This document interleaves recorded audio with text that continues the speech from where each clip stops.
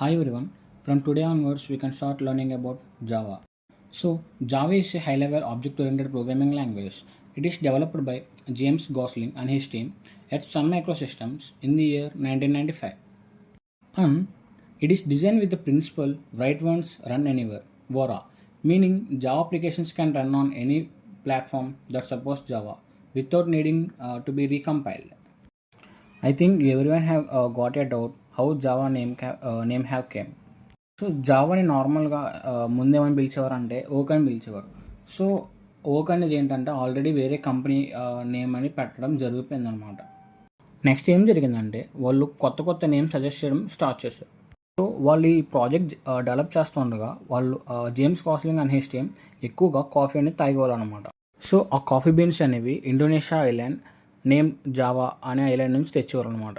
So వాళ్ళు ఏమనుకున్నారంటే ఈ కాఫీ అనేది మనకి స్ట్రెస్ రిలీఫ్ కానీ సో ఇలాగ చాలా విధంగా హెల్ప్ అవ్వింది కదా.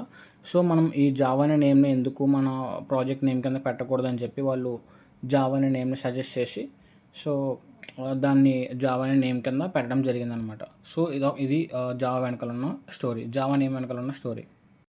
సమ్ ఫీచర్స్ ఆఫ్ జావా అనేది ప్లాట్ఫామ్ ఇండిపెండెన్స్. అంటే ఒకసారి మనం కోడ్ రాసుకున్నామంటే ఏ డివైస్ అయినా సరే జేవీఎం అనే హెల్ప్తో ఈజీగా రన్ చేసుకోవచ్చు.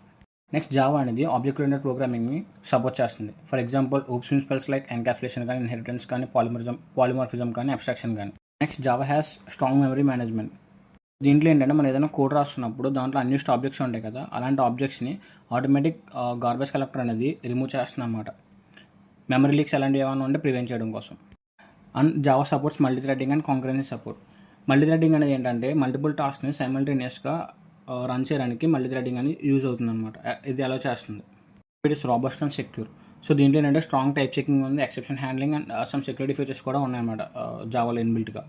నెక్స్ట్ రిమైనింగ్ అదర్ ప్రోగ్రామింగ్ లాంగ్వేజ్తో కంపేర్ చేసుకుంటే దీని పర్ఫార్మెన్స్ అనేది చాలా ఎక్కువగా ఉంటుంది. అండ్ ఎగ్జిక్యూషన్ స్పీడ్ కూడా చాలా ఫాస్ట్గా ఉంటుంది అనమాట. ఫర్ ఎగ్జాంపుల్ పైథాన్తో కానీ వేరే లాంగ్వేజ్తో కంపేర్ చేసుకుంటే జావా అనేది కొంచెం ఫాస్ట్గా ఎగ్జిక్యూట్ అవుతుంది. These are some important features and like this so many features are there. Next IDEs in Java. IDE అంటే ఇంటిగ్రేటెడ్ డెవలప్మెంట్ ఎన్వైరన్మెంట్. ఇది ఒక సాఫ్ట్వేర్ అప్లికేషన్స్. ఇది ఏం చేస్తుంది అంటే కొన్ని టూల్స్ అనేవి మనకు ప్రొవైడ్ చేస్తుంది. Writing, debugging, compiling and running Java ప్రోగ్రామ్స్ని ఎఫిషియెంట్గా రన్ చేయడం కోసం. సో మన జావాలో డిఫరెంట్ ఐడియాస్ ఉన్నాయి. Intelligent idea, VS code, Eclipse and NetBeans etcetera. సో ఈ నాలుగిట్లో కూడా మనం కోడ్ రాసుకొని ఈజీగా ఎగ్జిక్యూషన్ అనేది చేసుకోవచ్చు. మనం ఫర్దర్గా ఎక్లిప్స్లో ఎలా కోడ్ రాసి ఎలా ఎగ్జిక్యూట్ చేయాలో నేర్చుకుందాం.